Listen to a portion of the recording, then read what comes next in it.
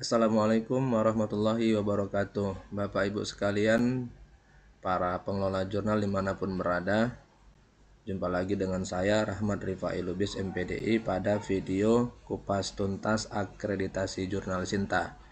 Jika pada video sebelumnya Bapak Ibu kita telah membahas kriteria ke-7 pada penilaian akreditasi jurnal, yakni keberkalaan, maka pada video kali ini kita lanjut pada kriteria penilaian ke-8. Ini adalah kriteria penilaian terakhir, yakni penyebarluasan yang bobot poinnya adalah 12 ya Bapak Ibu. Nah, Bapak Ibu, mari kita lihat masing-masing subunsur dari kriteria penilaian penyebarluasan. Di sini hanya ada 3 subunsur. Subunsur pertama adalah jumlah kunjungan unik ke halaman, kemudian yang kedua pencantuman di lembaga pengindeks, kemudian yang ketiga adalah alamat atau identitas unik artikel atau DOI. Baik, yang pertama Bapak Ibu adalah jumlah kunjungan unik ke halaman. Ini indikatornya jika di atas 50 kunjungan unik ke halaman rata per hari untuk jumlah yang terbit itu dapat nilai 3. Kalau 10 sampai 50 kunjungan unik ke halaman rata per hari untuk jurnal yang terbit itu dapat 2. Di bawah 10 kunjungan unik ke halaman itu rata per hari untuk jurnal yang terbit itu dapat skor 1. Mari kita lihat penjelasan lebih rincinya bagaimana Bapak Ibu ya. Nah, jumlah kunjungan unik rata per hari terhadap laman jurnal elektronik menunjukkan bahwa jurnal ilmiah tersebut sangat diminati secara luas. Besarnya jumlah pengunjung unik sebagai salah satu pengukur keluasan persebaran. Jumlah kunjungan unik rata per hari dihitung berdasarkan kunjungan rata harian selama kurun waktu tertentu atau 1 tahun terakhir. Data jumlah kunjungan unik ini dapat menggunakan jasa aplikasi pihak lain yang secara daring merekam statistik kunjungan. Nah, Bapak Ibu, untuk mengetahui berapa jumlah pengunjung pada jurnal kita itu, maka Bapak Ibu membutuhkan aplikasi. Nah, aplikasi yang disarankan ya Bapak Ibu untuk menghitung jumlah pengunjung untuk mendeteksi jumlah pengunjung pada jurnal Bapak Ibu itu adalah ini, StatCounter. Nah, Bapak Ibu bisa install ini dengan cara registrasi langsung pada internet di situs StatCounter ini. Nanti Bapak Ibu bisa pelajarilah bagaimana menginstal StatCounter ini. Kemudian Bapak Ibu ada juga namanya Flag Counter. Nah, Flag Counter ini dia tidak bisa menghitung pengunjung karena dia menghitung berdasarkan berdasarkan negara begitu ya Bapak Ibu. Nah, jadi kunjungan dari Indonesia sekian, kunjungan dari negara ini sekian gitu ya. Berbeda dengan StatCounter yang dia menghitung jumlah pengunjungnya. Dan ini wajib Bapak Ibu untuk tempelkan di OJS atau di laman jurnal Bapak Ibu. Nah, nanti seperti kata pedoman akreditasi bahwa untuk mendapatkan skor 3 dia harus lebih dari 50 kunjungan unik ke laman rata per hari. Jadi yang dicek di sini nanti adalah jumlah pengunjungnya. Nah, di sini ada jumlah pengunjung katanya. Nah, karena nanti di apa itu di StatCounter itu bisa sesi, bisa pengunjung gitu, bisa laman. Nah, jadi yang dicek nanti adalah jumlah pengunjungnya itu rata per hari dalam 1 tahun terakhir. Nah, mari kita cek ya Bapak Ibu. Misalnya ini jurnal yang saya kelola, kita klik view my startnya ini untuk melihat berapa jumlah kunjungannya. Nah, Bapak Ibu di sini kelihatan ya Bapak Ibu ada page view, ada sesi, ada visitors, kemudian ada new visitors. Nah, yang dilihat itu adalah ini Bapak Ibu, yang visitors ini, yang pengunjung ini. Nah, ini adalah kalau kita lihat ini pada tanggal 6 ini ya, 6 Maret 2026 ini jumlah pengunjungnya itu adalah visitorsnya adalah 25. Nah, rata per harinya itu jumlahnya 25. Tapi kita perlu perlu setting bahwa yang dicek itu adalah dalam 1 tahun terakhir. Nah, kalau kita lihat pada start counter ini kan ini last 14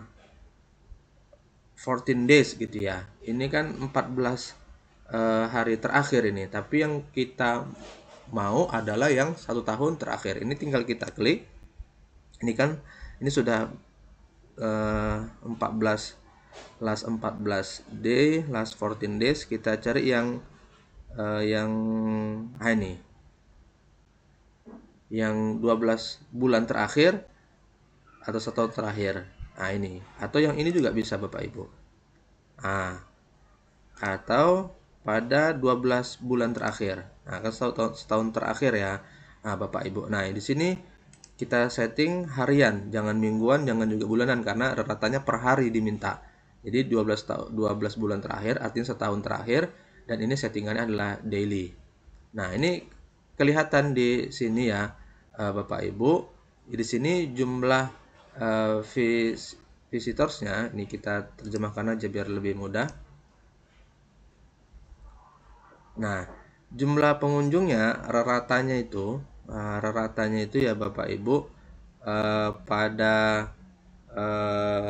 dalam dalam setahun terakhir yaitu ada 39K ya Bapak Ibu. Jadi 39K ini maksudnya adalah hitungan ribu gitu. Ada 39.000 secara total. Tapi nanti yang diminta itu adalah rata per harinya. Jadi kalau di atas 50 kunjungan uniknya itu ke laman rata per hari itu dapat nilai 3. Ya, begitu ya Bapak Ibu. Jadi ini sudah bisa dapat nilai 3 ya Bapak Ibu karena lebih dari 50.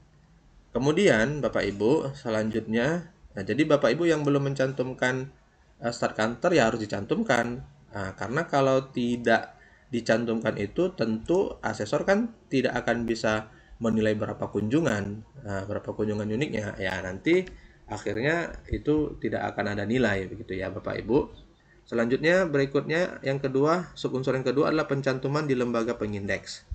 Nah, jadi jurnal kita itu dinilai tercantum di lembaga pengindeks gitu. Nah, tercantum di lembaga pengindeks internasional reputasi itu skornya 8 Bapak Ibu. Nah, tercantum dalam lembaga pengindeks internasional itu nilainya 6. Tercantum dalam lembaga pengindeks nasional itu skornya 4. Jadi ada tiga grade di sini Bapak Ibu ya. Kalau kalau jurnal Bapak Ibu sudah terindeks Scopus, itu Bapak Ibu Bapak Ibu tinggal ajukan saja ke Arjuna karena itu otomatis akan membuat jurnal Bapak Ibu terindeks Sinta 1, masuk dalam peringkat Sinta 1 dan itu otomatis Bapak Ibu. Nah, kalau Bapak Ibu jurnalnya sudah terindeks Scopus. Nah, sekarang kalau tidak terindeks Scopus, nah Bapak Ibu tercantum dalam lembaga pengindeks internasional. Ini maksudnya gini Bapak Ibu. Ini kan pengindeks internasional ini kan ada grade-nya, ada yang bereputasi, ada yang sedang. Ini kan kategorinya adalah sedang ini Bapak Ibu ya.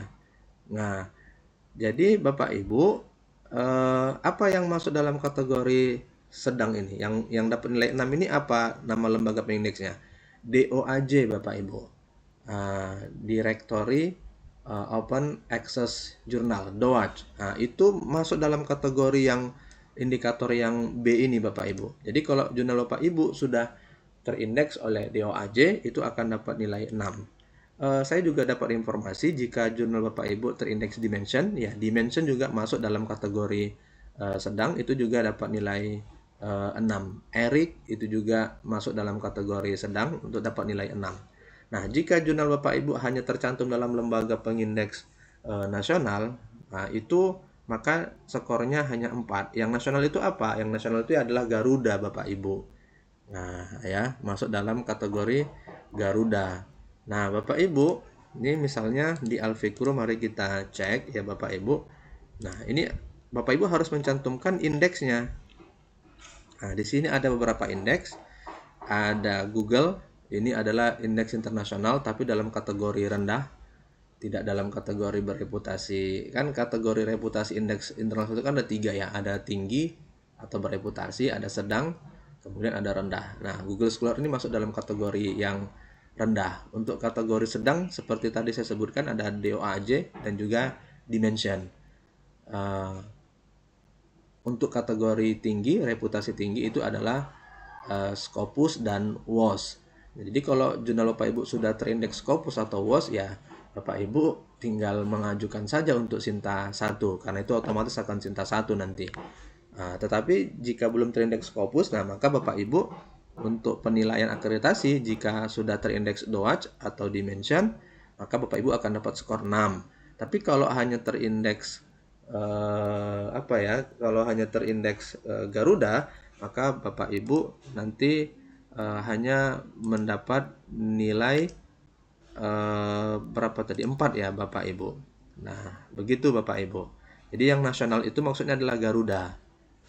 Nah, dan Garuda ini sebenarnya menjadi syarat akreditasi ya. Kalau belum tercantum di Garuda, maka Bapak Ibu belum bisa mengajukan akreditasi, karena itu menjadi persyaratan akreditasi. Baik Bapak Ibu, berikutnya adalah alamat identitas unik artikel. Memiliki doi tiap artikel. Itu akan dapat skor 1. Memiliki alamat laman yang permanen tiap artikel, itu dapat 0,5. Tidak memiliki doi ataupun alamat laman permanen. Nah Bapak Ibu, ini ada kaitannya dengan persyaratan akreditasi. Jadi Bapak Ibu, setiap artikelnya itu harus memiliki alamat atau identitas unik artikel yang kita sebut dengan DOI, Digital Object Identifier. Nah, jadi kalau tidak ada DOI-nya, bahkan tidak aktif DOI-nya, maka itu akan menggagalkan DEX evaluasi. Bapak Ibu tidak akan masuk lolos DEX evaluasi. Jadi oleh karena itu, bukan hanya pada penilaian pada substansi nanti, pada DEX evaluasi pun jika tidak ada DOI atau tidak aktif DOI-nya, ada DOI tapi tidak diaktifasi, itu juga akan membuat jurnal Bapak Ibu tidak lolos dalam DEX evaluasi. Nah, nanti pada penilaian substansi juga akan dinilai jika DOI-nya tiap artikel itu ada dan aktif, maka itu akan dapat skor 1. Bapak Ibu, ini misalnya, nah kita cek, ini ada beberapa artikel dan artikelnya sudah punya DOI ini ya, ada DOI-nya tercantum di sini. Nah, untuk memastikan bahwa DOI itu aktif atau tidak, Bapak Ibu, kalau DOI-nya diklik gitu ya, maka